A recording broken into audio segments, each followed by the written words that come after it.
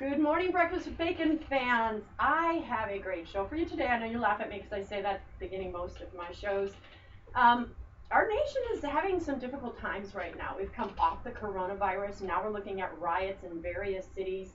And we're hearing this word racism. We're hearing systemic racism. We're hearing white supremacists. We're hearing all of these things. And I think so many of us are struggling to make sense of what's going on right now.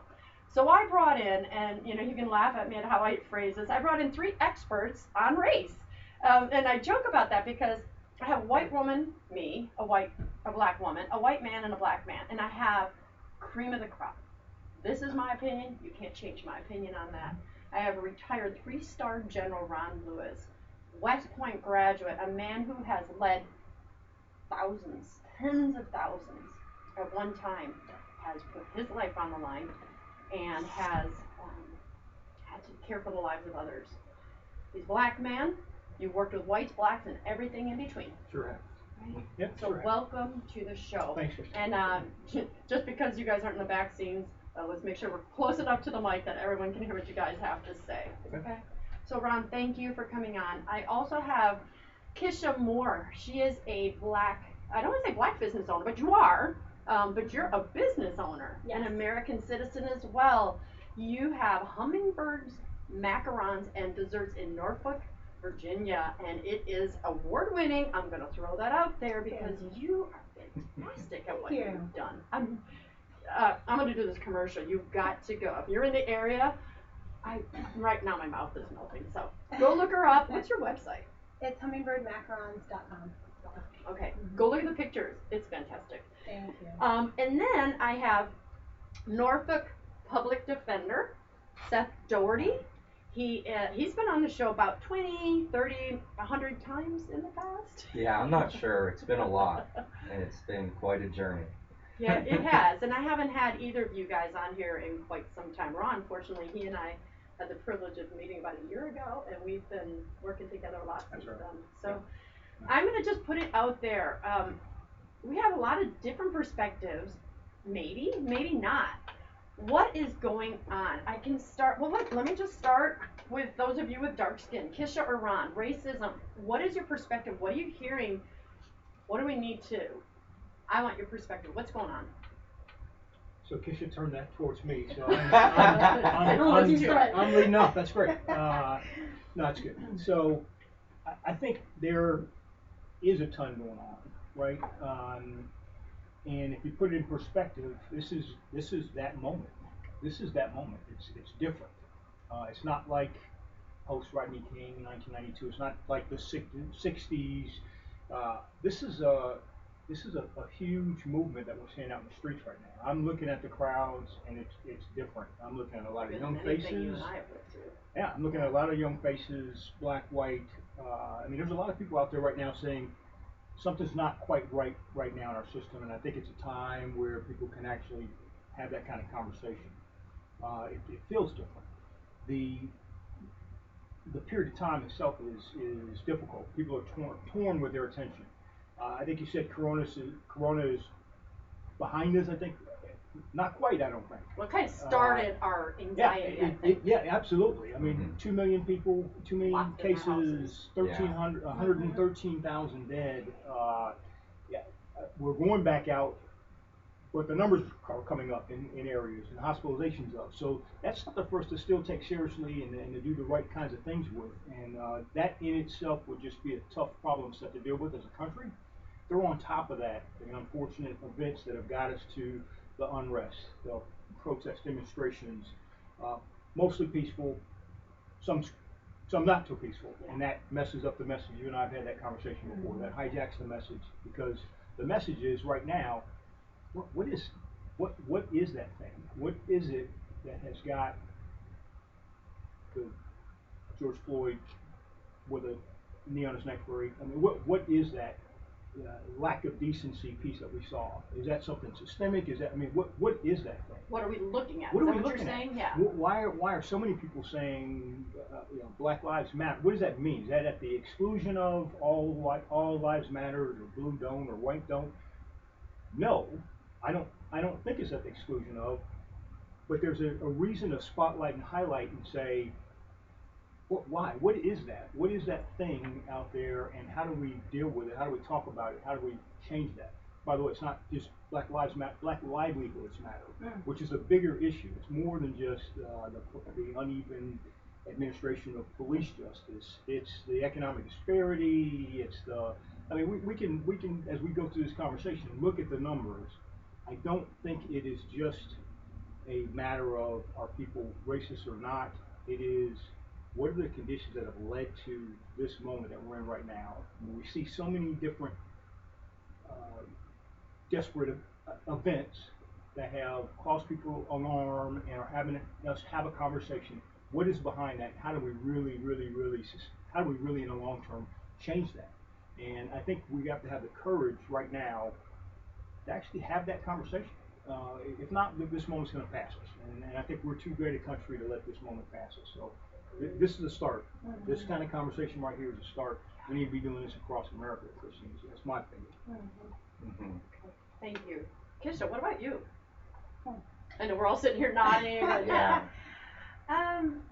It just, this whole thing, and like both of you said, I think we probably maybe all feel the same here, is that it is unique in many ways. All the other things that have come out of a black person being beat or some injustice was isolated to the United States. It was our issue, and while it was observed around the world, it was not participated in around the world to the degree that it is now. It is almost as if, you know, I sometimes think like sometimes like God lets you do yourself privately. And then it's like, okay, well now we've got to snatch the covers off. Everybody gonna know what's really going on around here, right? Right. And the things that you've chosen not to deal with. And so like the sheets have been pulled off. And now we are dealing with our mess in a public arena because it hasn't been dealt with. And I think that things continue to come up because they have not been dealt with. So the fact that it is where it is, of course, all the added pressure to what we're dealing with. I do think it's systemic. It is there needs to be an anti-racist movement. I think that it begins in the hearts of people. I don't believe that it may be 100% eradicated. That'll be each of us making a personal choice and decision to do better and holding people accountable to what that better is. There are a couple of things from that's different. Corporations haven't just come along and said, you know, we don't believe in like their normal thing. Many corporations have put in accountability measures, which I think is different. They've actually bulleted, our goal is to do thus, thus, thus. What that does is it gives the corporation accountability, but it also gives the public an accountability. It gives us the ability to say, hey, so-and-so corporation, when you listed what you were going to do in your next steps, I noticed I went to your establishment and those next steps I didn't really see. And so because they put that out there, what they are going to do instead of just doing the blanket, we believe all, Black Lives Matter and we want to make sure that our work environment is great. So the ones that have actually targeted what they're going to do allows us to continue to make that change and be diligent towards it. My concern is that we won't have another squirrel moment, that we'll have to be diligent and determined in this phase, that there won't be a squirrel moment, something comes, and this gets swept to the side, and those who are comfortable, who are being pushed out of their comfort zone, like, whoo, that wave is over, we can go back down where we were before, guys. Right. That doesn't happen. We've got to maintain the tension of what is happening, and I don't mind words like frustration or uncomfortable or, any of those things that are coming out, because the presence of those emotions means that we are doing surgery on what is necessary to make change. And it is never comfortable. Think of any procedures any of us have ever had, whether you've broken something or whatever. That process of having that pain there is recognizing there's trauma. And this is trauma. It has been traumatic for Black people in this country our entire lives in so many ways. It is how I navigate through life. And while I have friends from every walk of life, like it is a natural part of my being, okay? That still doesn't mean that I don't navigate through that life understanding that I'm a Black woman who has to deal with things and not know about how to address them. That when I show up, I want people to see, oh yeah, that's Kisha, she has this company, not here comes Kisha, she's a Black woman, just constantly having to deal with that instead of me being able to show up. And you and I had this conversation. I don't know if you remember, Christine, but we had this conversation. I said, you and I show up differently in a room. And you were like, how so? I said, when you walk in a room, you walk in without assumptions. Do you remember this conversation? I think I had you on the air. I was on the air. We talked about this. Yeah. And you were like, well, I show up. I said, but when I show up, I look around and think that person's, and you can tell I'm reading their behavior. And Harvard Business Review did an article about this, about C-suite, black women in C-suite positions. And they all said the same thing. C-suite meaning like they were executives, corporate, CEO level. And so they're basically, when we walk into a room as executives or owners, I'm looking and immediately I can sense certain things happening. There's a group of people looking at me questionably, like, why is she here, right? There's a group of people like, oh, she made it to our group, but somehow there must be something different about her. And so you're assessing the room, and so I walk in needing to understand that instead of just showing up. Mm-hmm. Before I get to you, Seth, and that hits something I have been thinking of a lot. How much of that is just your perception? How much is that maybe if you choose to see it differently, can that be substantiated? Because as a white person, I don't see myself looking at black women differently or black men. If it's subconscious, I don't think it's fair to attack it. If it's conscious, it's like, okay, yeah, you're here. So we had that conversation. This is getting us to this. So 10 years later, right? I think this was 2011 or 12. And so that's the whole conversation about white privilege. You don't recognize it because we've lived in a world that's predicated by how that perception is. So it's like I grew up in a family. In our family, we always eat dinner at 5 o'clock. Mm-hmm. And let's say that when we were kids, most families ate dinner at 5 o'clock. When I was growing up, it was an overarching view. It was an overarching world view.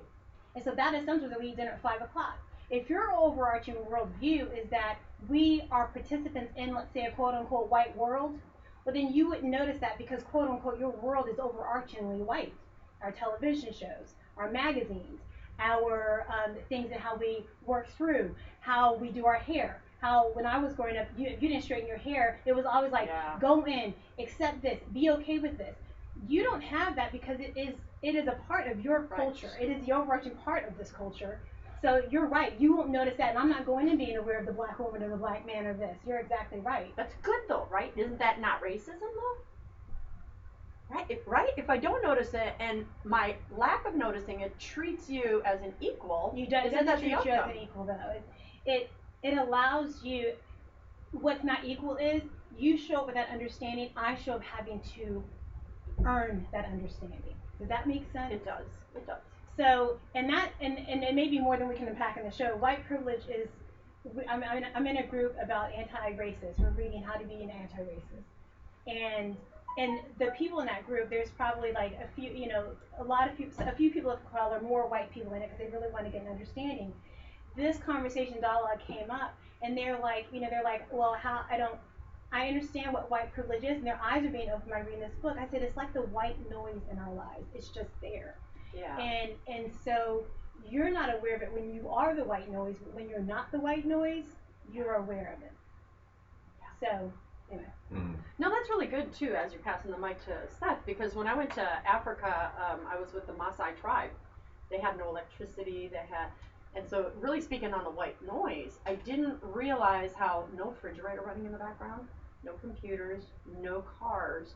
It was just sounds of the world, of the earth, of the wind. And I noticed, first of all, the beauty of it, the silence. I was like, I'm not hearing all those things that I always hear. So the perspective made perfect sense when you say that. And as my listeners today, we're doing this conversation called Racism in Black and White. We're trying to illuminate one another on what it's like to live inside of your skin, what it's like to live in mine. At the end of this conversation, I'm coming down to action. What can we do differently? But we're trying to build that up because if we can converse all we want, but unless something changes, it's not going to do anything. And unless we know what it is that needs to change, it can't change it. Real quick stuff Absolutely. Okay, sorry.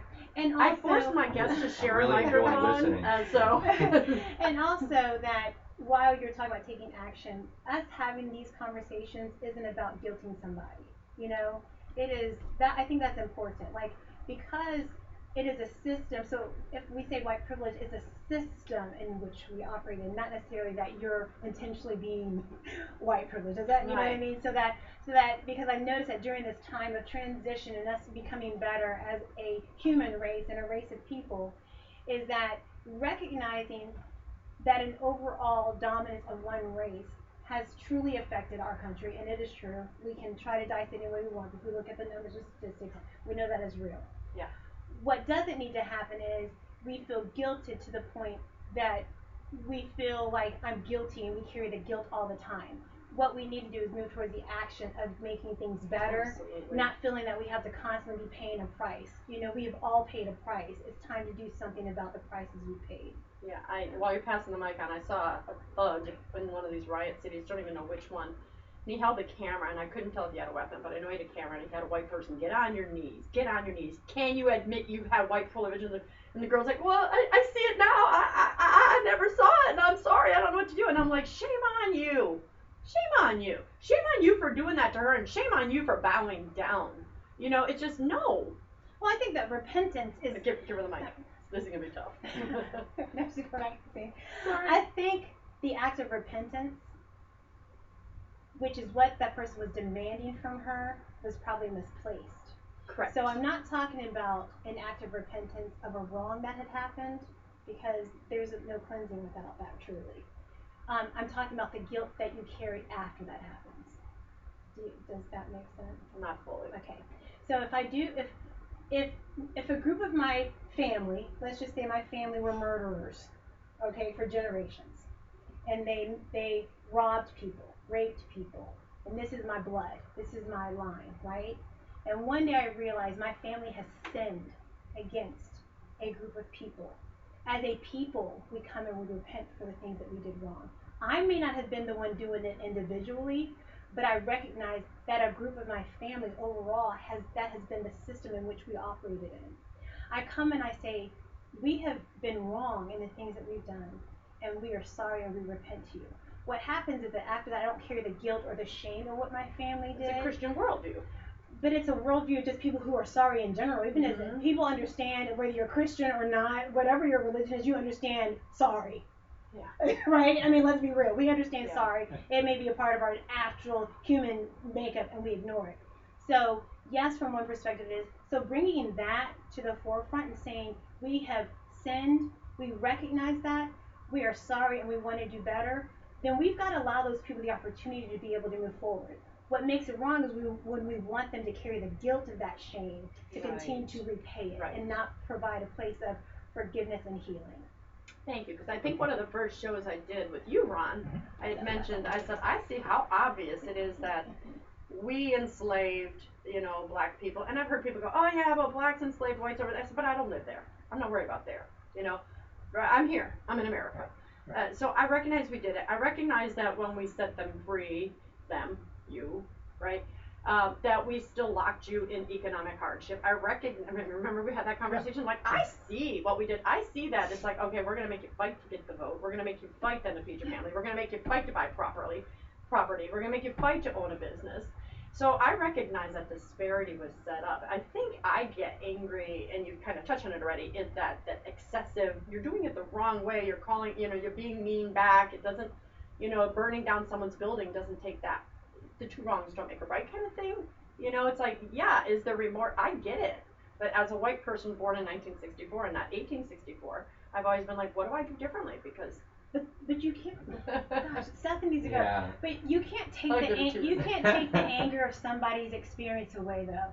So while we have to address both sides of that person, while it was incorrect for him to demand that of her, the empathy in that is it is the anguish of all those years that we have had to endure as a people that was coming out of him. So it's addressing, we've got to recognize that's real. Like I have learned to discipline my anger, but if I wasn't raised to understand that or discipline it, the rage inside of me would cause me to burn somebody's building down.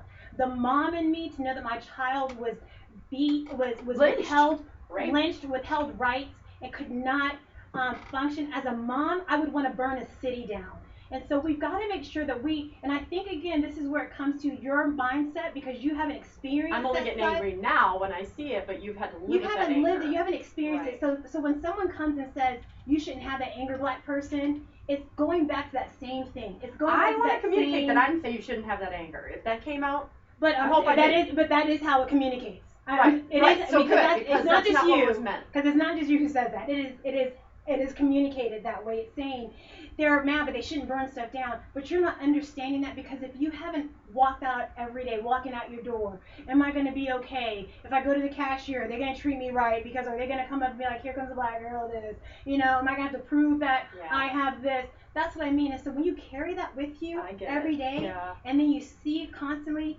that being laid before you, I understand the rage. I'm not making the rage right, but I understand that if you don't know how to funnel it, it can be out of control. No, I'm agreeing Don't with ask you. me more questions. So I won't. It's Seth Seth's turn, and I'll give it to Ron then. Go Seth. right back at you, Steph. Go right back at you. I think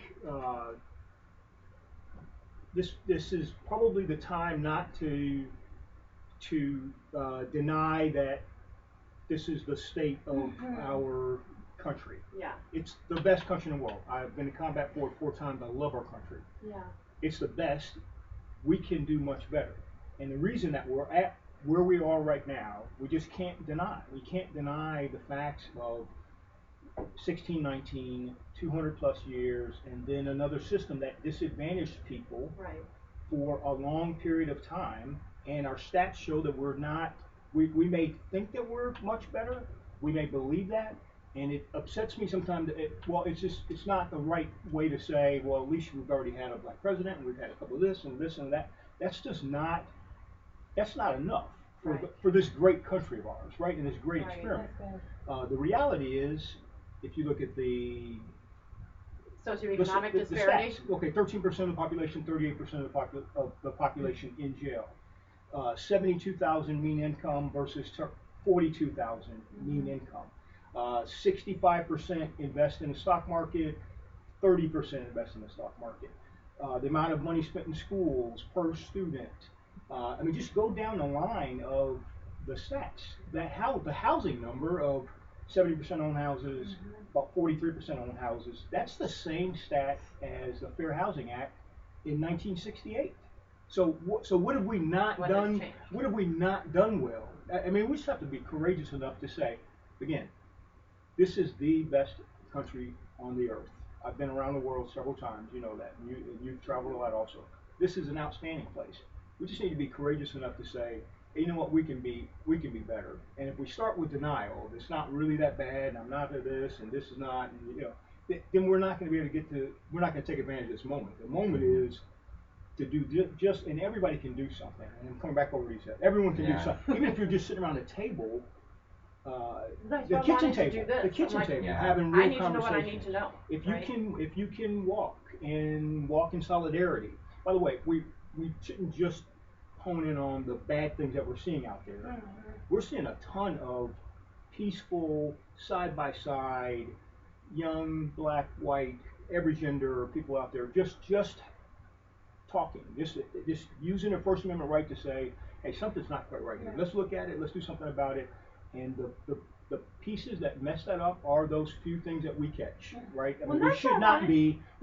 Looting is horrible. Because I see that if it were 1 or 2 or 10 black people saying it, but I say to my other white friends, but they're all saying it, so they can't all be wrong. All saying, I just missed what you said. Perspective. When white people are like, well, they shouldn't do A, B, and C, and I'm like, well, hold on. If it were just 10 black people that held this perspective of systemic racism, maybe we don't have to validate it. But when it's nearly 100% have this perspective, we need to shut up and listen. Because my perspective, even though I'm the majority, doesn't mean maybe especially because I'm the majority, especially doesn't mean that my perspective is more validated. You know what I mean? Yeah. So it is a real issue because you say it's a real issue, and you're not alone in saying it's a real issue. And it's not just, there's a lot of people saying it. That's my point. This is a combined movement now that we're seeing that is balanced in people who look like you, look like me, young, old, saying, hey, something's not quite right here. And I'm proud of our country, but we can actually do a little bit, we can do better. And our leaders should hear that. And we should act on it. We should have some action. Of course, you're going to get to asking us our thoughts. We got to get the mic over to Seth. Let's get the mic to Seth. And Seth, you're the Norfolk Public Defender. Is it an inaccuracy to say that a lot of the people that you defend, so public defender defends those people who have been not convicted, but so let me tell you where the background I come from. Just explain, so we all have this perspective that is painted by, sort of how we grew up, the culture we grew up in, what schooling we had, what jobs we had, who our friends were. And so we have this perspective. And in order to like really start to understand and come together, and some of the things I've heard today are so good that we need to be having this conversation. We can agree that we believe this country is a great country, and there's a lot of things that we do right that could be better, and we can also agree that this conversation should happen now, and we should seize this moment and not kind of lose this moment to all come together and talk. So for me, I obviously am a white guy, and I'm 37 years old, and so I'm kind of still a millennial. Actually, I'm like right on the edge. And I grew up in New Hampshire, which and I went to schools that were predominantly white. There maybe like was a couple black kids at most in each class. Like I went to a private school, and then I eventually went to college in Boston, and that's where I first saw racism for the first time, like actual racism.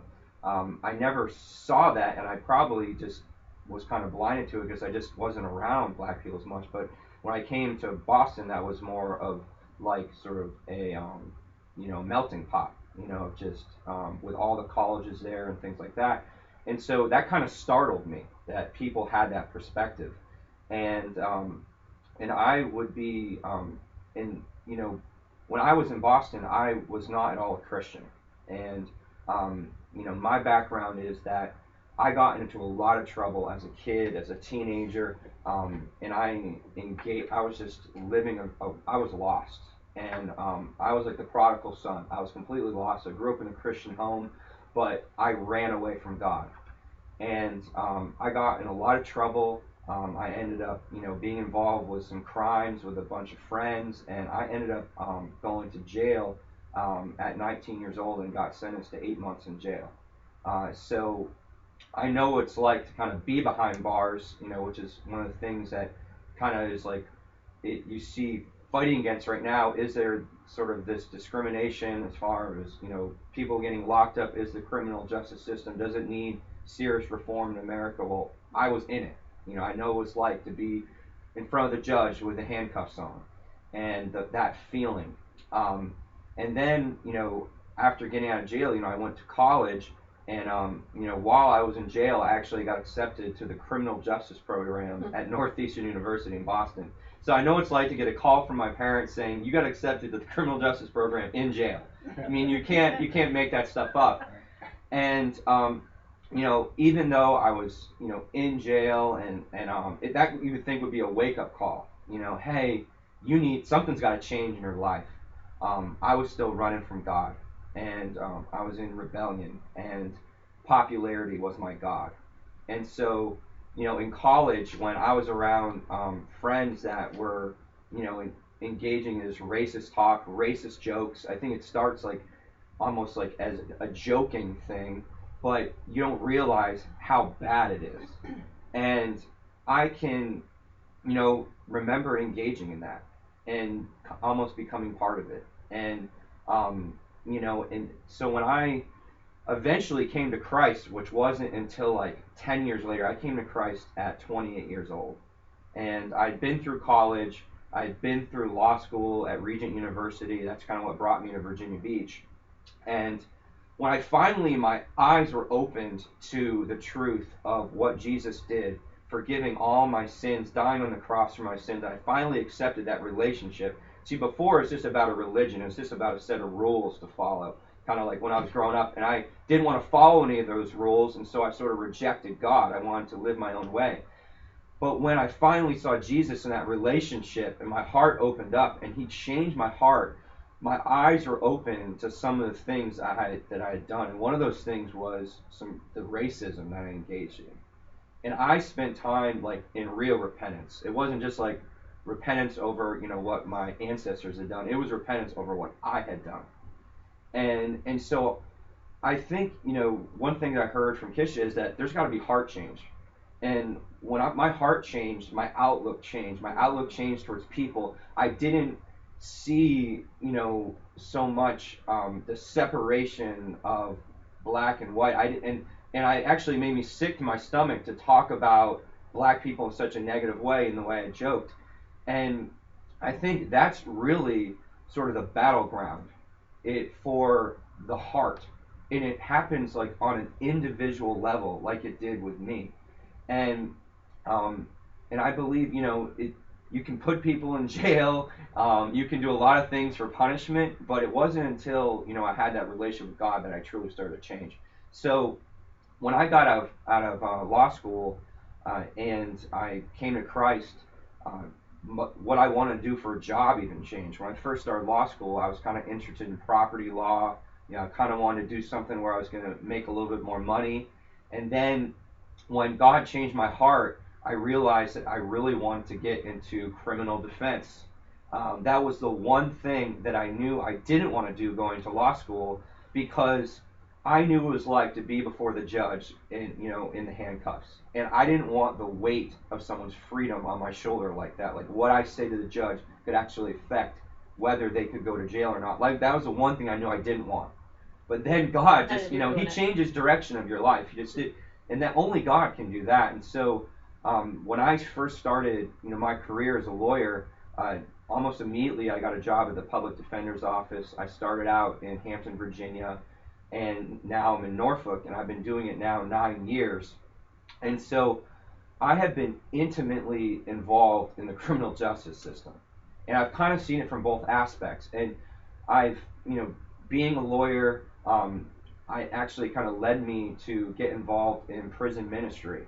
So not only am I defending clients' liberties and trying and having clients that are predominantly black. I mean, that was a lot of my client base in Hampton. Has been a lot of my client base in Norfolk, and now I've actually been behind bars to spend time with them doing the ministry too.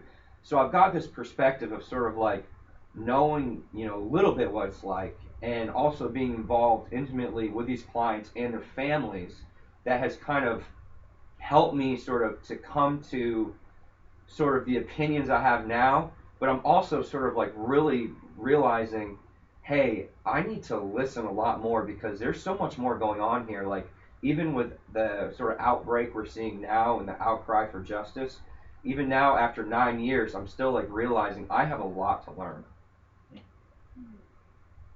Do I need to take that mic, Kisha, or are you gonna? Well, no. I wanted to see what you had to say, because, yeah, knowing. So here's my first question. It's technical. Do you see a disparity between how black people are treated by the court system and the white people? Okay, so historically, so I think it's important to make distinctions.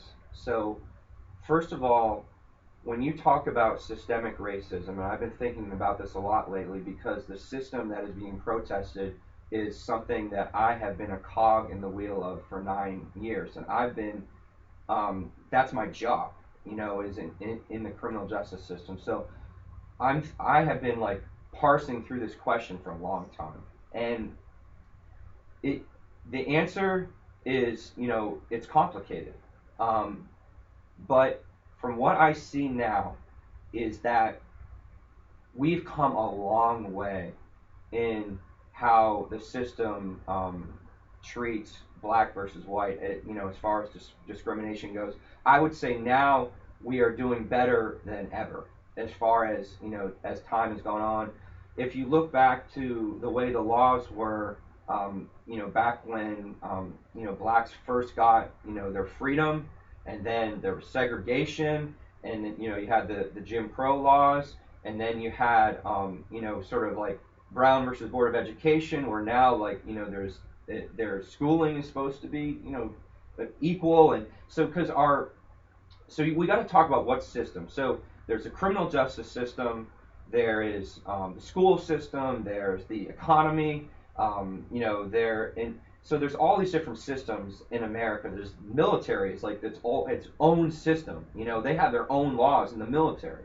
So if I'm going to speak just specifically about what I'm an expert in, which is the criminal justice system, yeah, I would say that that the system is doing a good job right now as far as like the actual laws. There's no laws in place that I see that I'm dealing with every day that are inherently discriminatory. But is it fair to say, because I know you're the stats guy, I should have told you to get some stats. Just common knowledge seems to be that if a black and a white person in America, not just the Norfolk district, are tried for the same crime, statistically higher chances of the black person is going to go to jail than the white person, and that the black person gets a stiffer punishment than the white person. In Virginia, they have what's called sentencing guidelines, and those guidelines are the same whether you are black or white. They don't have a distinction in the guidelines. Now, a judge could see a client who is a black defendant, and he has the same charges as maybe sort of a white defendant, and the judge could make a decision that maybe that black defendant would get more time than the white defendant. Now, that is not a problem with the system. That's a problem with the person. And so, one of the issues you see here is that with the system, we have more people problems than we do systematic problems. Good versus evil. Yeah. So like, it's like, you see, say the police. I've been working with police officers now for 9 years.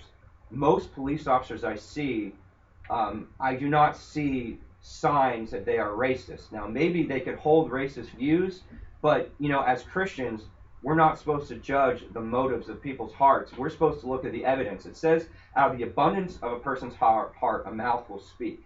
And so there can be certain evidence of racism. Like, say in the OJ trial, Mark Furman, he was on tape recording, making all these racist statements.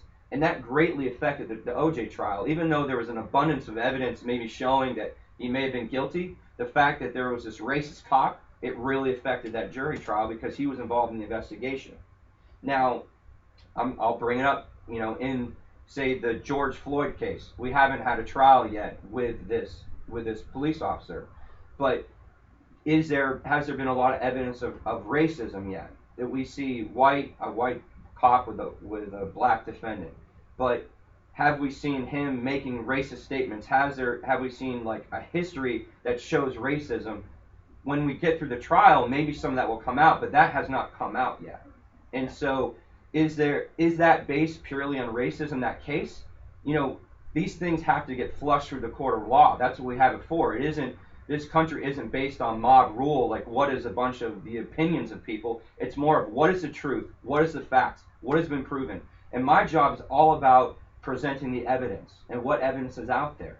And I think that you have to step back and sort of let the system work sometimes before you can come and make assumptions. And I think sometimes, as we can be so quick to have reactions. But isn't that part of the problem? I'd ask you to, that the system's broken, and right? I mean, so even when you take I perceive it as still a broken system because of what you just said. You may have guidelines, but if a judge has to give you 5 to 10 years, the black person's getting the 10 years, and the white person's getting 5 years. Statistical, maybe. I don't have numbers in front of me, but so what are your, Ron or Kisha's perspectives on our justice system, for instance? I think, first off, Seth, I appreciate your personal story, and that captured me to hear you say where you were, the kinds of things that you were involved with, and then accepting Lord Jesus Christ into your life and the impact that made, and then you're being driven towards what you can do now in this community for people because of your education and your experiences. I mean, you can usually make a difference. So that's good to hear. The point that you made of laws in place, I like your thought on the overall system, and the system is made up of individuals and people, right? And people have personalities and people have feelings or whatever. But laws in place have been changed to level the playing field. They have been. I mean, we had laws in place that slammed the playing field before. So those laws have been changed, but the system itself is still made up of people, and people have their innate, embedded, unconscious biases. They have conversations that have been passed down. They have thoughts that have been passed down at the dinner table or whatever. So that still exists, right? I mean, the system itself is not completely leveled out yet. I just think we can be honest enough to. And that's part of what you guys are to say that, are right? And writing about. and then not we you just guys, but protesting, protesting and yeah. demonstrating, Yeah. not rioting. well, there is rioting as well, though. By a lot of, yes. Right. Yeah, there's a lot of So it people in wasn't Seattle incorrect that to say don't look rioting, like. but you're saying correct. It's protesting. Overall, it's protesting, right? Right. Because if we're not careful, rioting is that we're raging against the machine. Protesting has been peaceful overall. There have been a few people that have, in the midst of that, had some moments of rioting, but that's not the movement. Okay, so And use so the we word need to be careful about the protest. movement itself and individuals who are rioting. Thank you. I concur. So, policing and the justice system. I'm not a lawyer. My brother is. I'm not a lawyer. But I do know a little bit about military, working with police, and that kind of thing. I just have a couple of things that I'd like to see us work on. In terms of this relationship. Okay, these are relationships. Relationships are about trust in the community. You and I have talked before about the fortunate way in which I grew up, with officer-friendly peace, and then doing block parties and having policemen come into our neighborhood and that kind of thing. That's a good news story. We need to get back to that. And how do we get back to that? When I was in Afghanistan 2013, 2014, I was training and working side by side with Major General Waziri, an Afghan two-star general. My job was to help him counter his own insurgency. Waziri had 20,000 army people, he had 20,000 police, and my job as his coach, his trainer, his side by side was to help him counter his own insurgency in the 7 provinces northeast of Kabul. Countering the own insurgency by having some military strength, working on governance, working on education in Afghanistan, working on economics more than just agricultural. So here's a military leader who having to do all of that kind of work in order to have an alternative for the people against what the Taliban is offering, right? So he's learning how to counter his own insurgency by putting all of those systems in place. One quick story. He and I were walking down, shaking hands of all of these Afghan soldiers and police before they were heading out on a mission. And just like leaders do, I mean, we were looking them all in the eyes, shaking them hands, and he gave us leader speech right before they all left, and he said in translation, number 1, don't be heavy-handed with the people. Number 2, don't try to excessively tear up their houses as you're doing searches and raids and that kind of thing. And number 3, don't even steal an apple out of their orchard. Don't even steal an apple out of their orchard if you're hungry. He understood the importance of legitimacy, trust, and that bond between the people. Integrity also. Yeah, exactly. He understood that. He understood the importance. And I was like, okay, he gets it now. Yeah. He absolutely gets it. So let's take that and let's bring that into us here. Well, I mean, I've worked side by side with the police. I've supported the police as a military guy inside of the Boston Commissariat Act. We work side by side, and it's not all. But when there's some, I mean, we've got to go back to, guys. This is about relationship and trust. That it can't be broken. That trust can't be broken because then you have a combative relationship. And by the way, we're not in a fight in this country. If we hear any more militarization and we went through them like a knife through butter and we rolled them down like bowling pins and it was just so easy to those are not the leader terms that we need. That's right. We need inclusive. The military uses overwhelming combat power against the enemy to achieve an objective. The police use minimal power that's needed in order to hold the peace and that kind. It's warriors versus guardians. We don't need to turn this into something that it's not. We're not having a fight in this country. It's not. Those guys are just ready to go fight. Send them in. Okay, that's not what we're trying to do here. We're trying to use our First Amendment right to say something's not quite right here. Let's have a conversation. Let's look at what the actions are that we can take. Protect the people to do that, and then let's find the people who are screwing that up and stop them with the minimum amount of power that's needed so that the message doesn't get off track. So I had a thought, and since we are talking about belief and things like that, when we're talking about systemic racism, we're talking about a belief system. Okay, it is a system of belief in how we execute things happen. And it is true, it is in every part of the system that exists within our country. And when we, and so it's kind of like, because we're talking about, because it is like relationship, okay? So in the Bible, we had Pharisees who believed the law, and they did everything by the law. They did everything according to the law. And then Jesus came and dealt with a heart issue. He dealt with the issues of heart, a system. He broke down a system of belief, because law cannot ever cultivate heart issues. Okay? And so when we talk about systems of belief, for example, like you were saying, a judge, see, if that judge is predisposed to a mindset that is authoritative because they are in a position of power. Power holds what that is, okay, a position of power.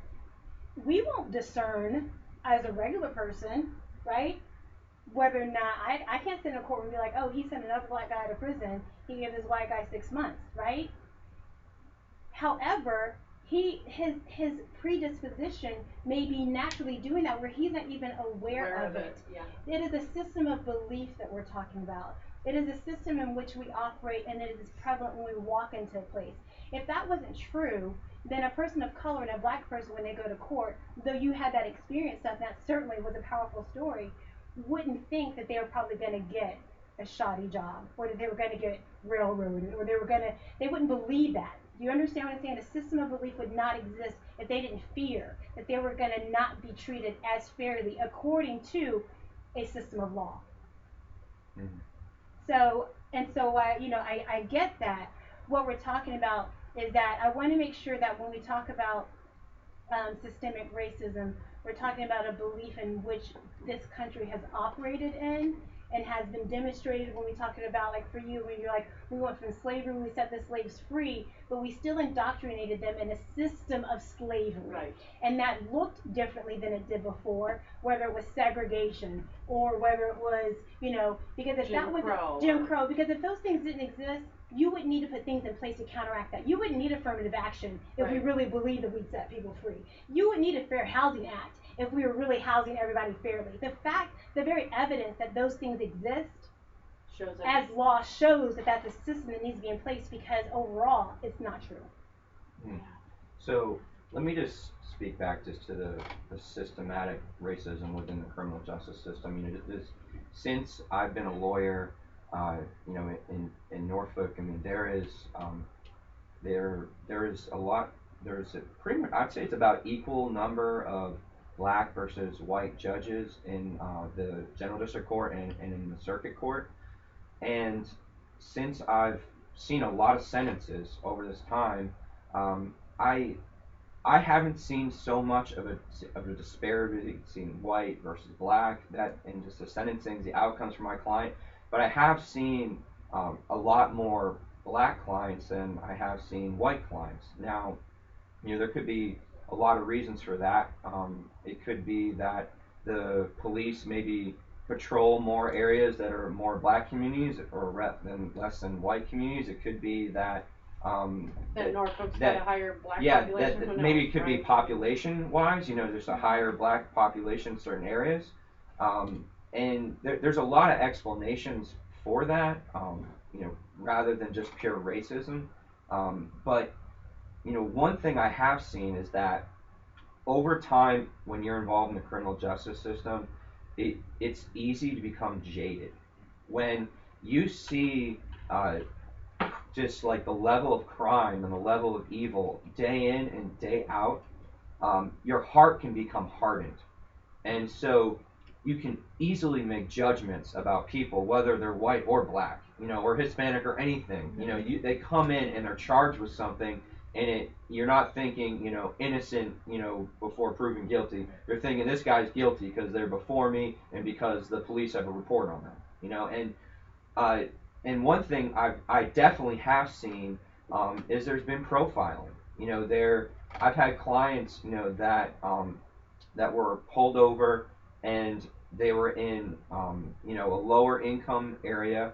In Norfolk, it's really Norfolk redevelopment housing, and they'll be pulled over just because, just for like ridiculous reasons, like little taillight out or this or that, and I don't see that happening so much in more affluent neighborhoods, like that maybe it might be more predominantly white. Like I don't see those kind of what they call in law, that they call them pretext. You're pulled over on a pretext, meaning like there's that you might have pulled them over for this thing, but really you're kind of searching to see is there something else going on. You don't see as many pretextual stops in areas like that. So I have seen that sort of profiling. That's one of the things I've like fought against. And I've argued before a judge, like, Judge, this is, he was, the reason why he was pulled over was not right. But then sometimes they'll end up finding things like guns and drugs and other things in the car, and yet, the case could end up being thrown out because, it was an illegal search and seizure. So that is one kind of maybe form. I don't know if that's so much racism as it is people are jaded because they see that out of the same places you're seeing the same crimes and the same things happen. Well, and we perpetuate the problems that we create. I think about my sister, who's a paramedic in Montana, and they have a lot of Indian tribes. And so the Indians, because of everything that we've done there, there's a lot of alcoholism. And so my sister sees this, and she goes in. She's got that hardened heart as well. It's like another Indian, another alcoholic issue if they would stop. And so what I'm hearing here is one of the solutions is to continue to receive outside perspectives, kind of like what we're doing here. Because when I go with my sister and I ride on an ambulance with her, because I could do that, right? I'm like, well, Kathy, what about, this or this? Oh, well, I know what it's going to, and so there have been times where she's had to reassess and go, oh. And so her bias has been pointed out to her, but only by an outsider who hasn't been in that environment. So, I watched the movie Selma the other night, and you think that there wasn't going to be much change. But until the white people or the northerners or people came in and said, there's a lot that needs to be changed. So what I'm seeing more of here is that maybe one of the solutions is to constantly hear these outside perspectives. If you're white at your dinner table, make sure you're hearing the perspectives of the blacks. If you're police, hear the voice of I don't know, the criminals.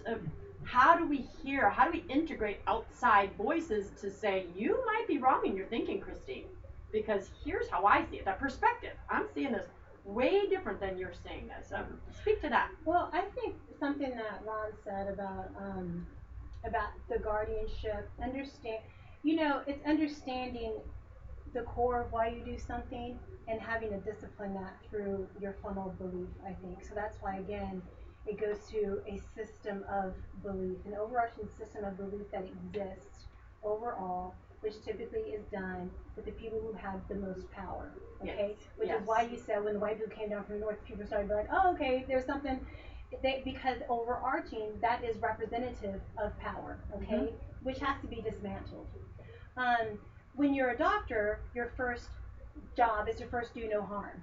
It is a code in which they live by. No matter what their disposition, they've got to discipline themselves to, no matter who comes in, homeless, whatever, that they've initiated a first do no harm. It is one of the things that, as a professional, whether it's a police officer or whatever, that you take that human whatever it is you're supposed to. I'm a guardian. I am a guardian before I'm anything else, right? If I understand that, no matter how I feel about this person, he's disadvantaged, all black people are poor, whatever it is that his disposition is, in his profession, he's first to be a guardian of this person's life. And until we have that real discussion about how we have perpetrated, even in the news, think about how easy it is for me to associate a black person with crime versus a white person who happened to get out of control. So we, right now, when we're talking about these systems, we're having a discussion, and I like statistics too, and I've seen a lot of things go on. So one of the things I watched recently was they showed a series of a group of white people were college doing demonstrations, having upheavals, concerts going on, and they were highly disruptive, setting cars on fire, torching stuff, buildings. The dialogue around that was very different than the dialogue about the same thing that was happening in a group of black people.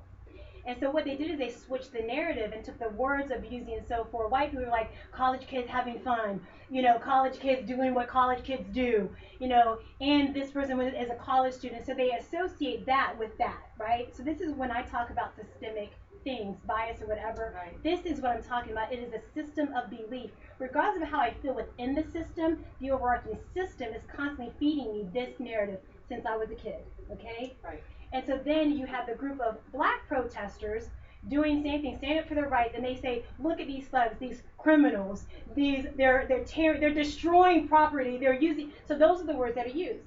So they took those words and put it on the white protest, and I tell you what, it looked completely different. So this is what we're talking about dismantling, okay? We are talking about dismantling an overarching world view that exists to everyone in this country, regardless of your color. That seems so hard to do because it's How is it? 7 million people, and because it's individual. Because without this, I mean, for me, this is a faith conversation. Because if I can change me, and I can pray that you change, but it seems so hard to change the minds of all. I mean, what I'm going to get to, and maybe in the second hour we'll do this, the action. What do we do differently? How can you get in someone's head apart from this? But it's a spiritual thing. So I had a conversation with a friend, and you're right, it's a faith-based thing, it's an initiative thing, people cannot, whatever. So let's say it in basic simple terms. Israel's were let go in Egypt. They were slaves for 400 years, right? I gotta see what I'm. So they were slaves for 400 years in Egypt. They completely dismantled the socio-economic system, everything when they were freed out of that oppression. And it certainly changed certain perspectives of how Egypt, they were at that time the world power. Okay? Right. So there was a spiritual thing that stepped in, God, that completely had that shift happen. And so as we lean into belief, as we lean into dismantling things, as we lean into conversations, as we do those things, that is what causes the shift. It doesn't, but you still have to recognize that there was a system that is still out of order. There was a system that was out of order that had to be dismantled. But it seems so huge. But it's only huge when we make it. You're right. So we gotta go off the air. Yeah. But you guys are gonna come back next week, right? We're gonna finish this conversation. Oh, sure. Yes. Absolutely. Absolutely. So my guests today have been fantastic. We're calling this conversation racism in black and white. And my goal of the show was to get the perspectives of people, unique, individual, I mean the obvious, different colors, skin, different genders. But I know that I handpicked you guys because I knew you're all, in my perspective, good men and women who want to do the good, who love your nation, who love your brothers and sisters. But anyway, so I'm already ranting. We're going to continue this next week.